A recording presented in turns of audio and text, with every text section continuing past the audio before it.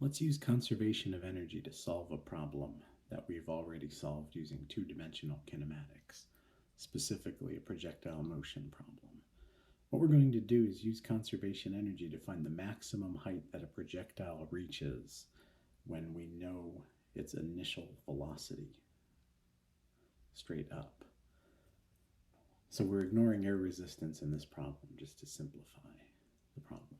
All right, so let's begin by just drawing a picture of what's going on here. So we'll just draw the ground. There's our mass. We don't know how massive it is, so we'll just use the symbol m. Maybe that becomes relevant later. And then we know that it has some initial velocity and it's directed straight upward. So let's just draw that vector right there. Okay, so at some point after this, the ball is going to reach its final height. It's going to be as high as it's going to get. So let's just draw the ball up in that state. And when it gets to that point, just like projectile motion, we know that its velocity in that final state has to equal 0 meters per second. Okay. All right, so in terms of energy, that ball is not going to have any kinetic energy at that point. We'll get to that in a minute or two. Okay, so let's just pencil in a little dashed line there to denote the height at the ball when it's at its final height. Okay, so in terms of energy in our conservation of energy equation, what we've done is just define our final state to be the ball when it's as high as it's going to go, and we're defining our initial state to be the ball when it's just starting. So as far as we're concerned, the ball is in contact with the ground and it has some initial velocity upward, and that's really all we have to care about. So the beauty of the conservation of energy formula is it doesn't care about what happens in the meanwhile while the ball is in transit. All it cares about is its initial state and its final state. So it's important that we define that very clearly as we start the problem. Okay, so what else do we have to define at this point? Well, just like any two-dimensional or one-dimensional kinematics problem, we're free to define where our origin is going to be. So let's do that now. So let's just set y initial to equal 0. It's usually beneficial to set your initial or your final point to be 0. You'll see why in just a few moments. It's so you can zero out a particular value. And then don't forget your units. And then let's set our final state to be whatever height the ball is when it gets to that peak. And then one other thing we can define is, just because we've defined y initial and y final, we can define delta y to be y final minus y initial. Maybe that's useful in a few moments. Okay, so we've set up the problem. We've defined a whole bunch of variables, and now it's time to turn to the conservation of energy equation and see how we apply this framework that we've set up. Okay, so we're ready to start working with the conservation of energy equation. And the first step whenever you do this is you have to very clearly define what is going to be a part of your system and what's not going to be a part of your system, what you care about and what you don't care about. Okay, so we're going to solve this two different ways, and let's see if we get the same answer. And ultimately we'll see that we do, and that this means that it doesn't matter how you define your system as long as you're consistent.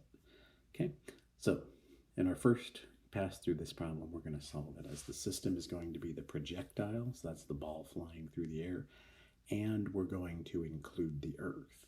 Okay, so what that means is when we have a gravitational potential energy term, the Earth is going to be something that we can have a gravitational potential energy relative to.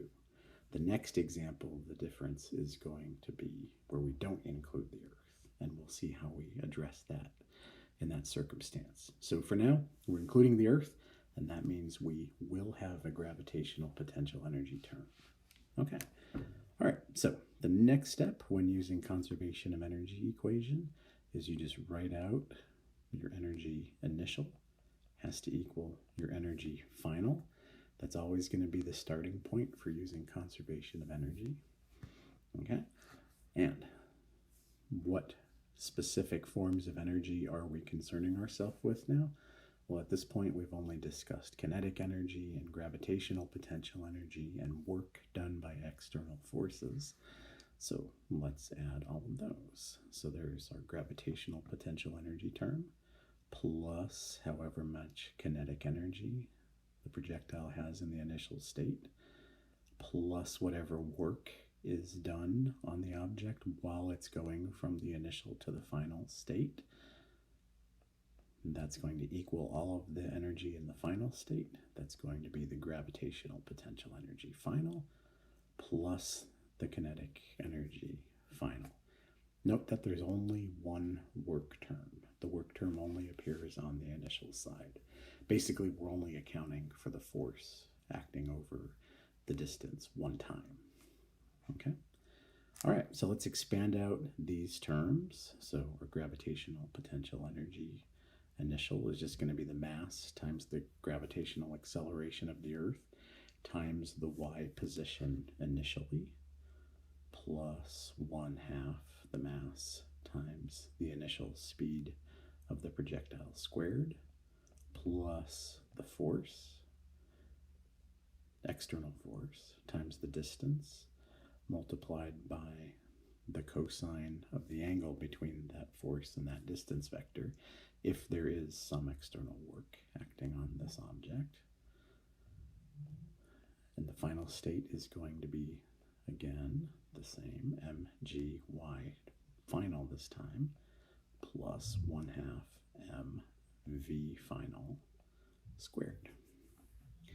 Okay, so that's a lot of terms. It's sort of an intimidating equation to look at, but it turns out all but 2 of these terms are going to go away, and we can justify this. Let's see how. All right, so remember, when we set up our diagram, we have set y initial to equal 0. So wherever y initial appears in this equation, we can cross off. Okay, so y initial is going to go away. All right, so can we get rid of the kinetic energy term initial? We can't, because in our expression right here, v initial is some non-zero value, so we're stuck with that. Okay, so that term is going to live on.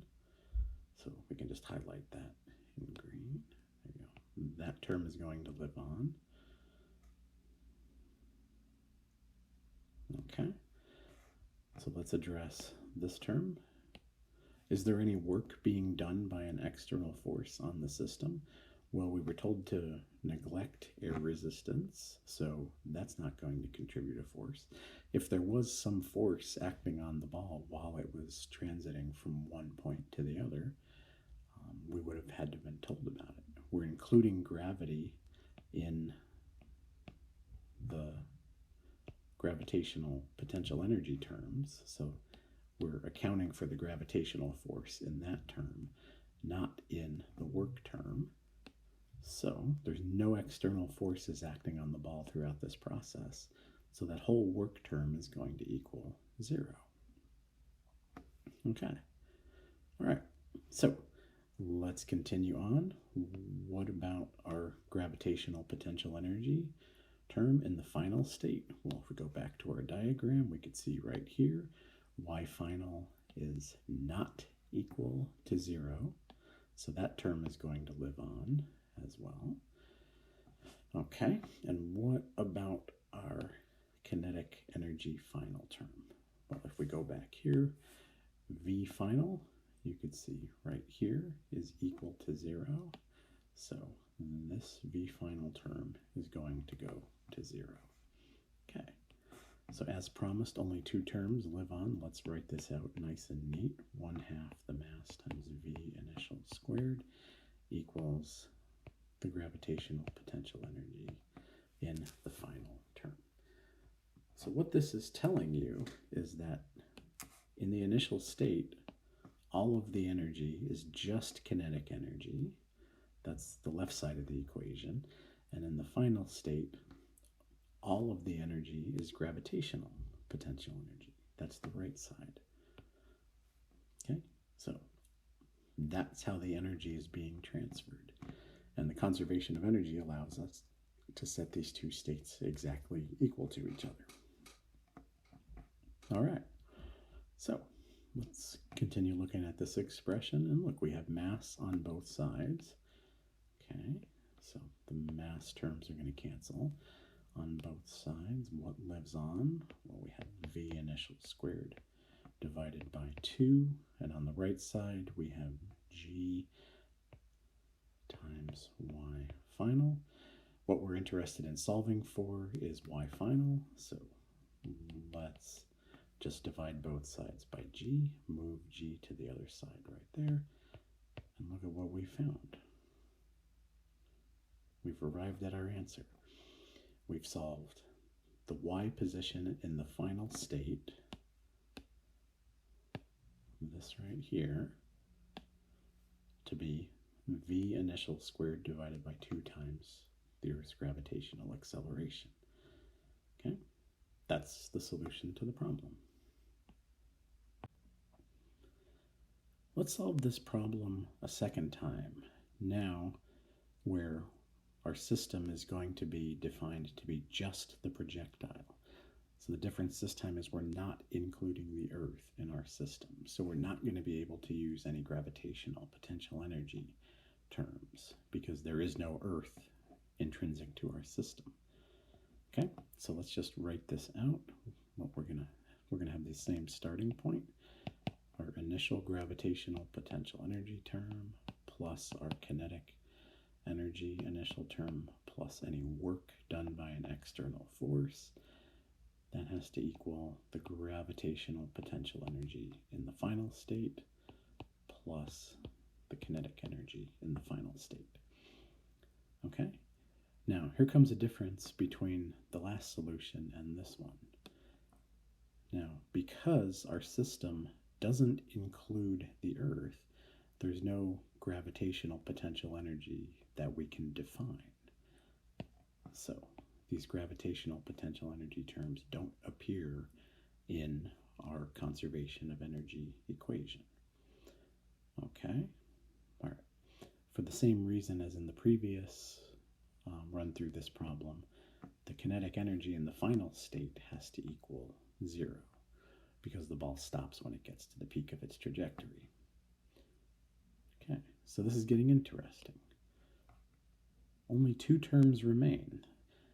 The kinetic energy in the initial state, that's not going to equal 0 for the same reason as our previous run through this problem. But here's the difference. The work done by an external force this time is not equal to 0 because of how we've defined the system. The Earth isn't part of our system the way we've defined it here. So the gravitational force of the Earth acting on the ball is an external force from our system, and that external force is going to do work. And the W term is how we're going to account for that. So let's see exactly what this looks like. Okay, so let's just expand out our terms. 1/2 mv initial squared plus the external force is going to be Fg, the gravitational force of the Earth pulling down on the ball, times d, the distance that the ball travels while it's going up. But let's go back to our diagram. This is why we defined delta y. Delta y is the distance that the ball traverses while it's going up. Okay? So what we can do is replace d with delta y, and then don't forget the cosine term to account for the directionality of the fg and the delta y vectors. All right, so that's the left side. All of our energy is accounted for in the initial state. There's no joules of energy in our final state. Okay, so let's just take a step back and look at what we're trying to solve for. Well, we're trying to solve for the final height of the ball, and it turns out that is captured in the delta y term. So what we're ultimately going to want to do is isolate that term. Okay. All right. Let's see what we get here. If we expand out the gravitational force term, we have 1/2 mv initial squared plus the mass of the projectile times g times delta y. Let's expand out delta y to be its definition, y final minus y initial. And what we see here is there's a mass in each term, so that is going to go away. Our y initial, again, we've defined equals 0, so that term is going to go away. Okay, so let's just write this out, everything that remains nice and clear. We have v initial divided by 2 plus g times y final times the cosine of the angle between the gravitational force vector and the delta y vector. Okay, so now's a good time to address that. What are those vectors going to be? Well, if we just draw them, the fg vector, no surprise here, is always going to point straight down towards the center of the Earth. Delta y, or the y final vector, is going to point up. So that's going to be our delta y vector right there.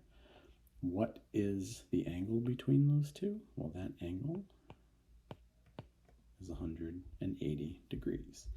And that is what's going to go in right here for our delta theta term, or our theta term. Okay, so our theta is going to be cosine of 180 degrees, which is -1. All right, so what we end up with is v initial squared divided by 2 plus g times y final times -1. Boop. And that whole thing equals 0. So if we want to solve this for y final, let's move the velocity term to the other side. End up with -g y final equals -v initial squared divided by 2. The negative signs go away. Move g to the other side.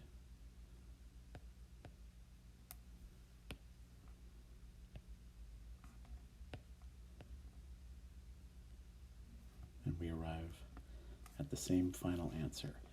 Y final, the final height that the projectile reaches, is v initial squared divided by 2 times g. And that's exactly what we got when we defined the system to be the projectile and the Earth. Okay.